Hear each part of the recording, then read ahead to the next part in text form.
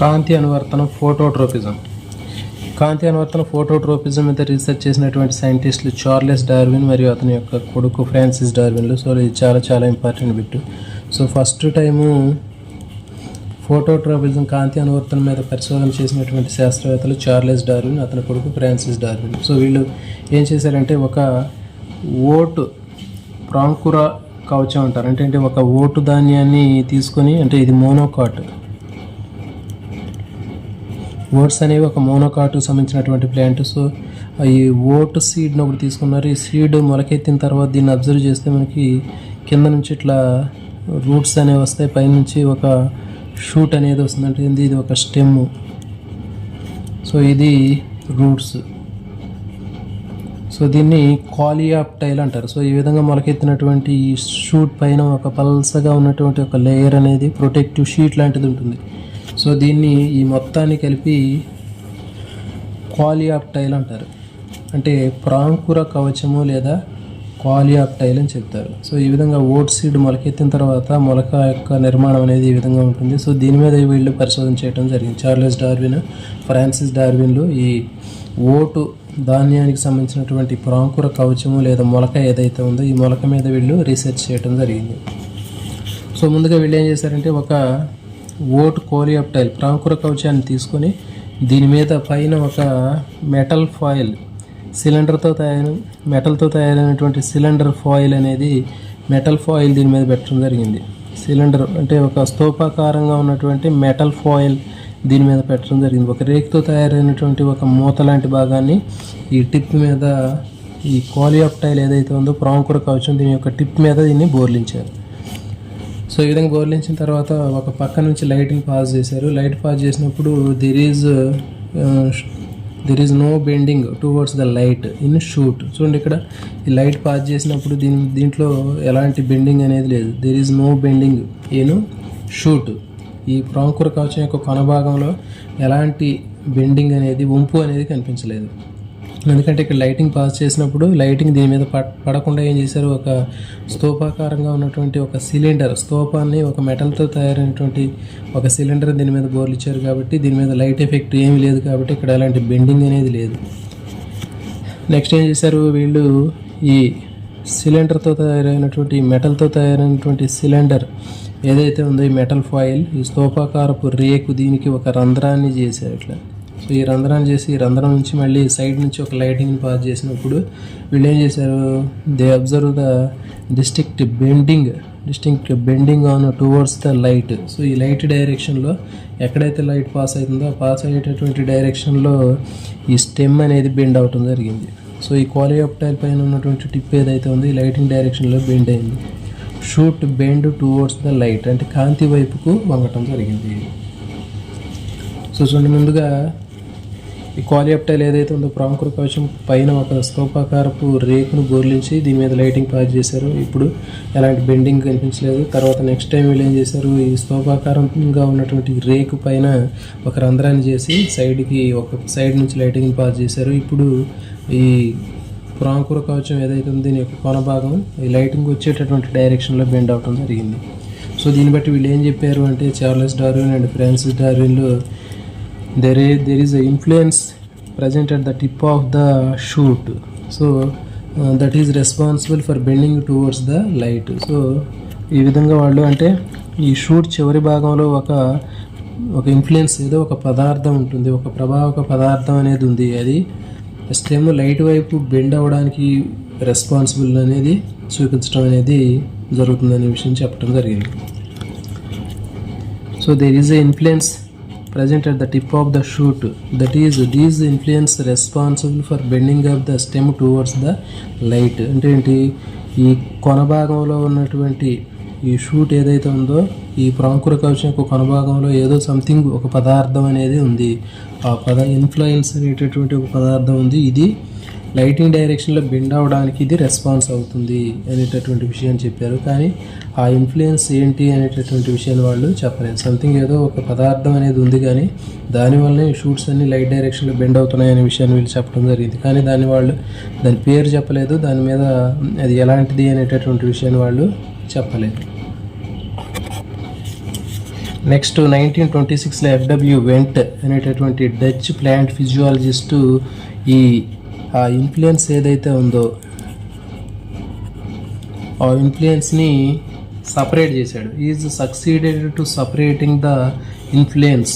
So ఇప్పుడు మనకి vote plant టిప్పులో ఉన్నటువంటి ఏదైతే ఇన్ఫ్లుయెన్స్ ఉందో అది స్టెమ్ని లైటింగ్ డైరెక్షన్లో బెండ్ అవ్వడానికి యూజ్ అయ్యేటట్లు చేస్తుందో, సో ఆ ఇన్ఫ్లుయెన్స్ అనే దాన్ని ఈ సైంటిస్ట్ సపరేట్ చేశాడు. So is succeeded to separating the influence. So ఆ ప్రభావకాన్ని అతను వేరు చేశాడు, దానికి అతను పేరు కూడా పెట్టడం జరిగింది. సో ఈ provided the name of as a auxin, వీటికి ఆక్సిన్ అని పేరు పెట్టడం జరిగింది. So this is the first phyto hormone, extracted phyto hormone.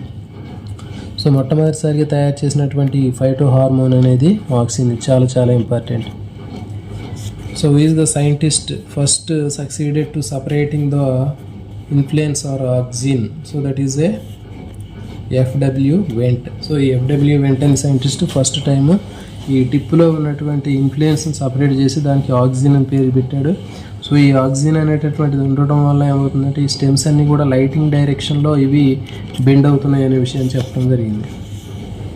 So అతను చేసినటువంటి ఎక్స్పెరిమెంట్ తీసుకున్నట్లయితే ఇతను కూడా ఈ ఓట్ సీడ్లింగ్ తీసుకున్నాడు. ఇది కూడా అతను ఓట్ సీడ్లింగ్ అంటే కోలియాప్టైల్ అని చెప్పాం కదా, ప్రాంకుర కవచం. సో ఇతను ఏం చేశాడు, ఒక ప్రాంకుర కవచాన్ని ఒక ఓట్ ధాన్యపు గింజ మొలకను తీసుకొని దీనిపైన కనిపించేటటువంటి టిప్ ఏదైతే ఉందో దీన్ని అతను కట్ చేశాడు. Cut the tip. Okay. So ఈ విధంగా కట్ చేసిన తర్వాత ఈ కట్ పోర్షన్ ఏదైతే ఉందో టిప్ పోర్షను దీన్ని కీప్ ఇన్ అగార్ బ్లాక్, ఒక అగార్ బ్లాక్ మీద పెట్టడం జరిగింది. ఓకే. సో ఈ అగార్ అనేది ఒక బ్లూ గ్రీన్ ఆల్గే నుంచి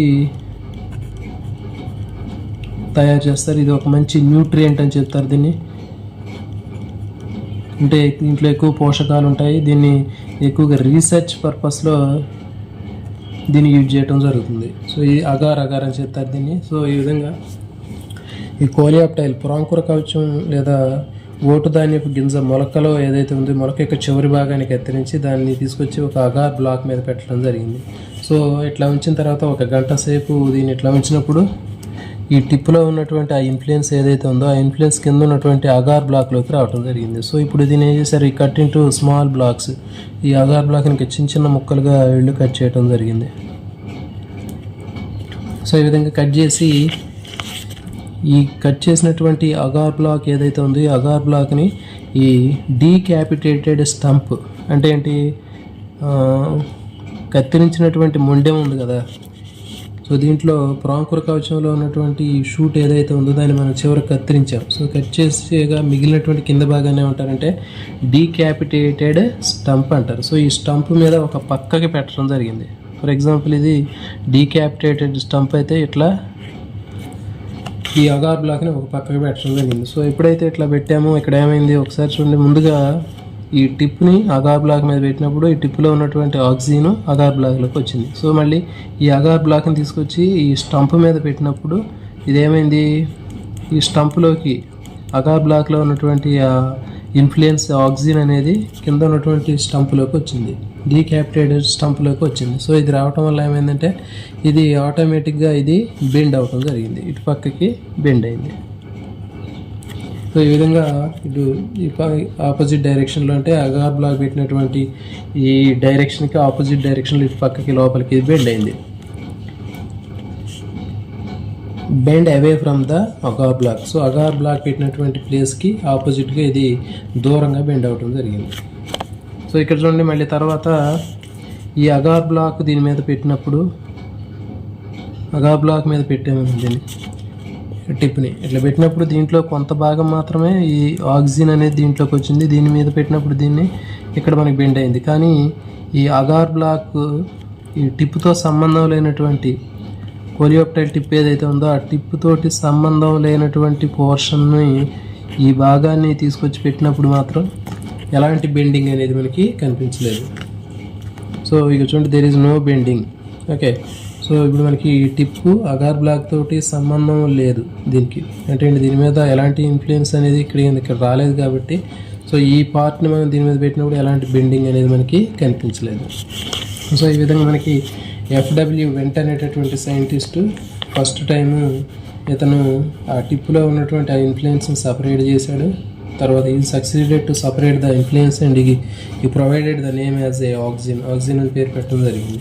సో దీన్ని ఒకసారి చూడండి. మళ్ళీ ఇక్కడ కోలియాప్టైల్ ప్రాంకుర కవచం అనేటటువంటి ఆ ఓటు దాన్ని మొలకను తీసుకొని దాని చివరి భాగాన్ని కత్తిరించి దీన్ని తీసుకొచ్చి అగార్ బ్లాక్ మీద ఉంచడం జరిగింది. సో అగార్ బ్లాక్ మీద ఉంచినప్పుడు ఏమైంది, ఈ టిప్లో ఉన్నటువంటి ఆక్సిజన్ అనేది అగార్ బ్లాక్లోకి వచ్చింది. సో ఇప్పుడు ఈ అగార్ బ్లాక్ని తీసుకుని చిన్న చిన్న 4 ముక్కలుగా కట్ చేసి ఈ ముక్కను తీసుకొచ్చి ఈ డీక్యాపిటేటెడ్ స్టంప్, సో డీక్యాపిటేటెడ్ స్టంప్ అంటే మొండెం ఏదైతే ఉందో ఆ మొండెం మీద ఒక పక్కకి పెట్టడం జరిగింది. 1 గంట తర్వాత చూస్తే దీంట్లో there is a bending, observe the bending, ఒక పక్కకి బెండింగ్ అనేది జరగడం జరిగింది. అంటే ఒక పక్కకి వంపు అనేది కనిపించింది. Keep the block on the stump on one side ఒక పక్కకి పెట్టారు. So bending away from the agar block. So ఇక్కడ బెండింగ్ అనేది ఎక్కడి నుంచి వచ్చింది అంటే చూడండి, ఈ అగార్ బ్లాక్ ఎక్కడైతే పెట్టామో దానికి away from the agar block, దీని నుంచి దూరంగా ఈ పక్కకి బెండ్ అవడం జరిగింది. సో దీన్ని బట్టి టిప్లో ఉన్నటువంటి ఆక్సిజన్ అనేది అగార్ బ్లాక్లోకి వచ్చింది. అగార్ బ్లాక్లో నుంచి మళ్ళీ కింద ఉన్నటువంటి స్టంప్లోకి రావడం జరిగింది.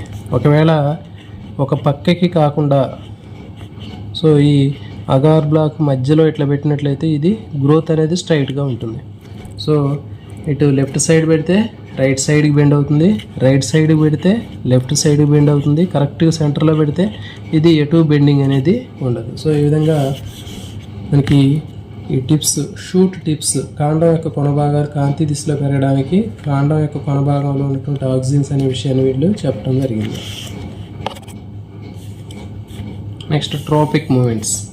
ట్రోపిక్ చలనాలు అనేవి చాలా చాలా ఇంపార్టెంట్ టాపిక్. ఇది ఇంకోటి నాస్టిక్ మూమెంట్స్. సో ఇప్పుడు నాస్టిక్ మూమెంట్స్ అంటే ఏంటి, ట్రోపిక్ మూమెంట్స్ అంటే ఏంటో చూద్దాం. ముందుగా నాస్టిక్ మూమెంట్స్, ట్రోపిక్ మూమెంట్స్కి ఉన్నటువంటి డిఫరెన్స్ తెలిస్తే మనకు అర్థమవుతుంది. సో నాస్టిక్ చలనాలు, ట్రోపిక్ చలనాలు.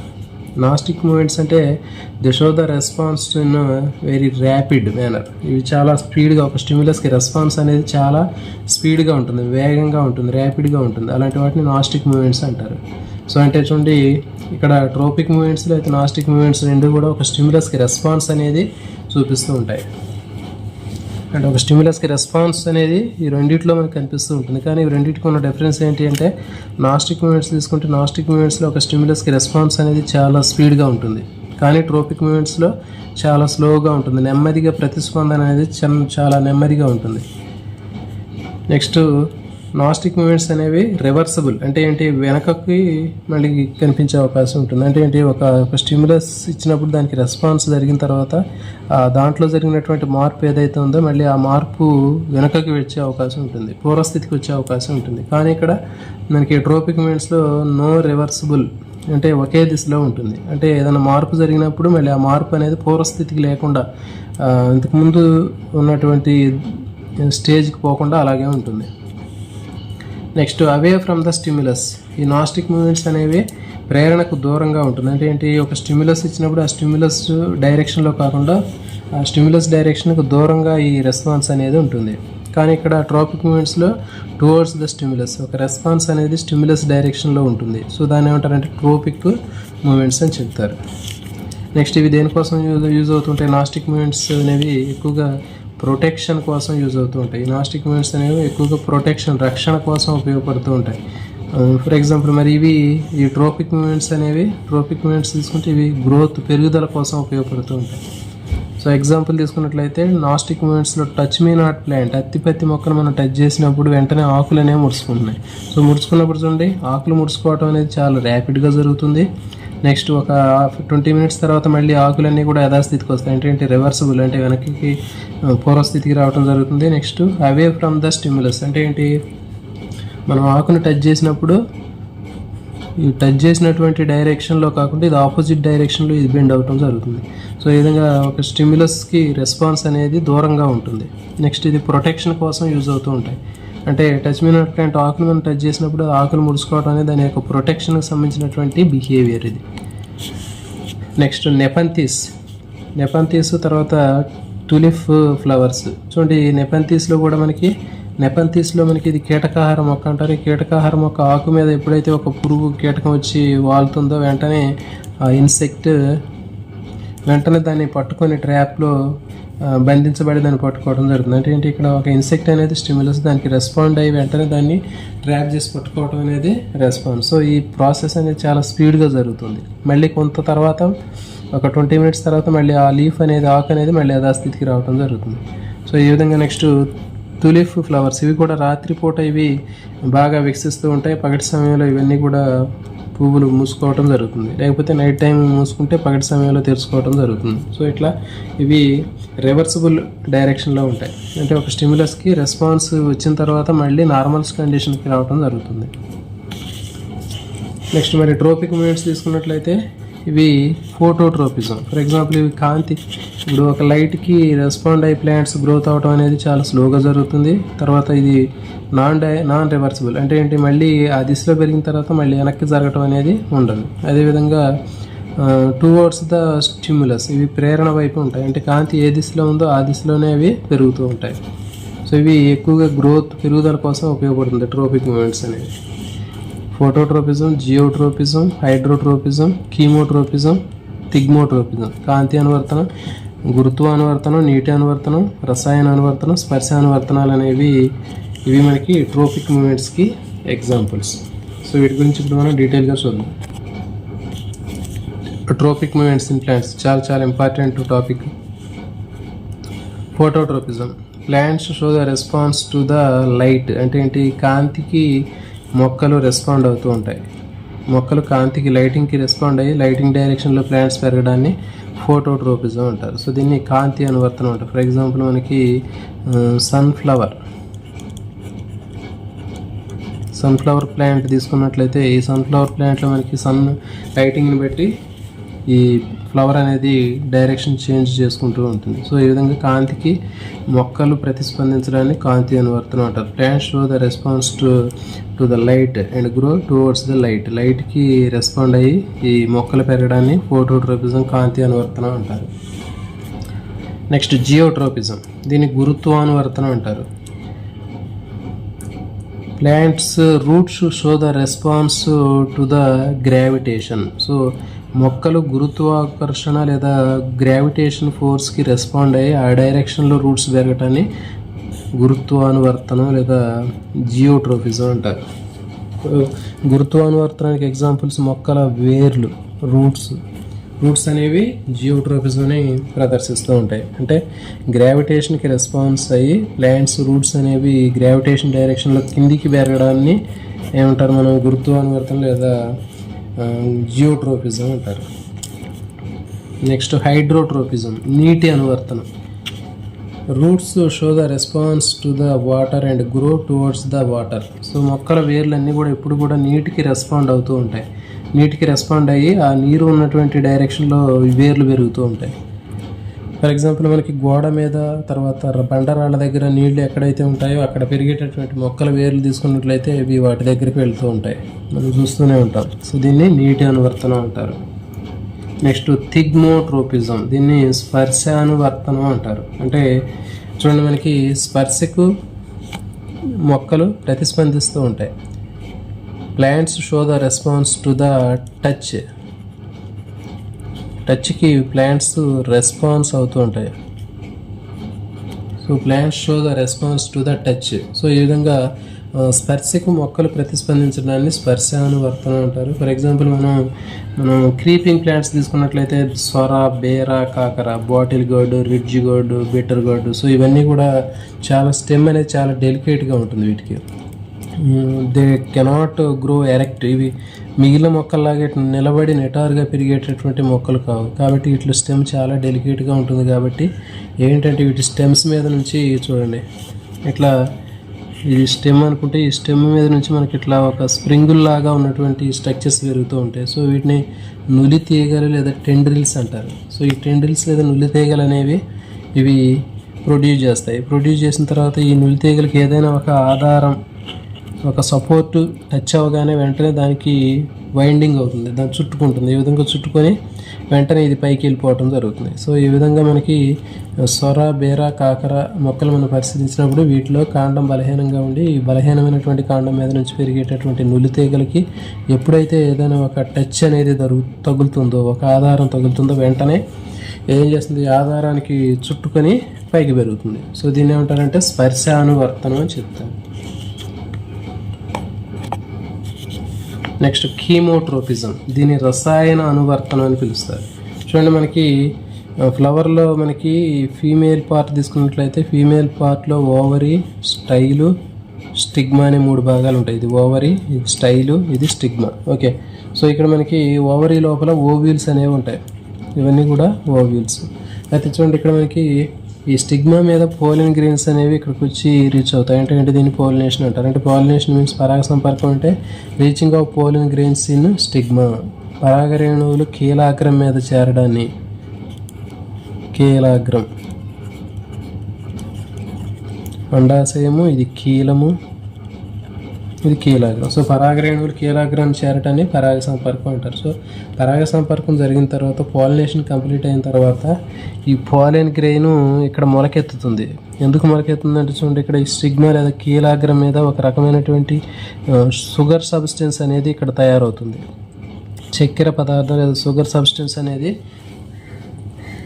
ఈ కీలాగ్రం మీద లేదా స్టిగ్మా మీద తయారవుతుంది. సో ఎప్పుడైతే ఈ పోలిన్ గ్రెయిన్ ఈ షుగర్ సబ్స్టెన్స్లో పడుతుందో, పడగానే వెంటనే ఆ షుగర్ సబ్స్టెన్స్ని పోలిన్ గ్రెయిన్ అబ్జర్వ్ చేసుకొని వెంటనే దీని నుంచి ఒక చిన్న ట్యూబ్ లాంటిది వస్తుంది. సో దీన్ని పోలిన్ ట్యూబ్ అంటారు.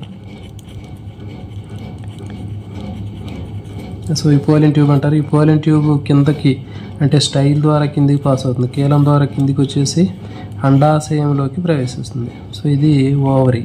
ఓవరీ లోపల ఓవ్యూల్స్ ఉంటాయి. సో ఈ విధంగా లోపలికి పోతుంది. సో ఈ విధంగా మనకి పోలిన్ గ్రెయిన్స్ అనేవి షుగర్కి రెస్పాండ్ అయ్యి పోలిన్ గ్రెయిన్ అనేది జెర్మినేషన్ అవుతుంది. సో దీన్ని ఏమంటున్నారంటే కీమోట్రోపిజం అంటారు. అంటే రసాయనానికి రెస్పాండ్ అవుతుంది, కెమికల్స్కి రెస్పాండ్ అవుతుంది. అంటే ఇక్కడ కెమికల్ అనేది షుగర్. సో ఈ కెమికల్కి రెస్పాండ్ అయ్యి ఈ పోలిన్ గ్రెయిన్ అనేది మొలకెత్తింది. సో దీన్ని ఏమంటున్నారంటే రసాయన అనువర్తనం లేదా కీమోట్రోపిజం అంటున్నారు. ఒకవేళ ఇక్కడ షుగర్ సబ్స్టెన్స్ లేకపోతే ఈ పోలిన్ గ్రెయిన్ అనేది రెస్పాండ్ అనేది అవ్వదు, మొలకెత్తదు. సో దీన్ని కీమోట్రోపిజం లేదా రసాయన అనువర్తనం అంటారు. Plants show the response to the chemicals, so that is called a chemotropism. Next thigmonasty. So అత్తిపత్తి, టచ్ మీ నాట్ ప్లాంట్స్లో మనకి ఆకుని టచ్ చేయగానే వెంటనే ఆకులు అనేవి, లీవ్స్ అన్నీ కూడా ఫోల్డ్ అవుతాయి. సో దీన్ని ఏమంటున్నారంటే ఈ విధంగా ఈ టచ్ మీ నాట్ ప్లాంట్లో లీఫ్ని టచ్ చేయగానే వెంటనే ఆకులు ఫోల్డ్ అయ్యేటటువంటి ఈ ప్రాపర్టీని థిగ్మోనాస్టీ, నాస్టిక్ చలనం అని చెప్తారు. సో ఇక్కడ మన నాస్టిక్ చలనం జరగడానికి దీంట్లో జరిగే మెకానిజం ఏంటో చూద్దాం. సో ముందుగా ఇది మనం టచ్ మీ నాట్ ప్లాంట్లో ఉన్నటువంటి ఒక ఆకును తీసుకున్నట్లయితే ఆకుకి బేస్ దగ్గర ఇట్లా ఒక ఉబ్బినటువంటి భాగం కనిపిస్తుంటుంది. So this is a pad like swelling. So ఇట్లా ఉబ్బినటువంటి ఈ భాగాన్ని ఏమంటారంటే పల్వీని అని చెప్తారు.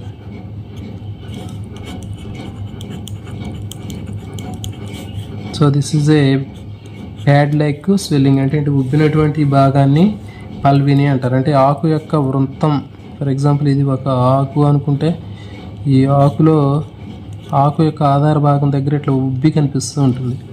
సో ఈ ఉబ్బినటువంటి దాన్ని పల్విని అంటారు. సో ఈ పల్విని అనేటటువంటి భాగంలో మనకి ఎక్కువగా it has a plenty of water, దీని నిండా కూడా వాటర్ ఉంటుంది.